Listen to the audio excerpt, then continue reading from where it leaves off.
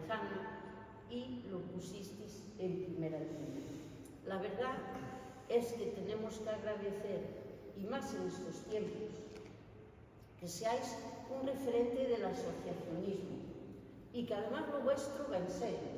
No sois pues 4 amigos que os reunís para preparar una excursión. Realmente sois el compromiso de Valdeorras, sois el compromiso de ese pequeño empresario, del pequeño comercio que cada mañana levanta la persiana y probablemente a veces sin demasiadas ganas, porque no son buenos tiempos. Y yo hoy vengo aquí a dar las gracias por 2 cosas. Primero, por vuestra trayectoria.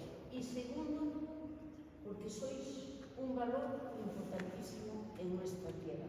El pequeño comercio, la pequeña industria, la pequeña y mediana empresa motor de este país, y que caro cuesta hoy luchar por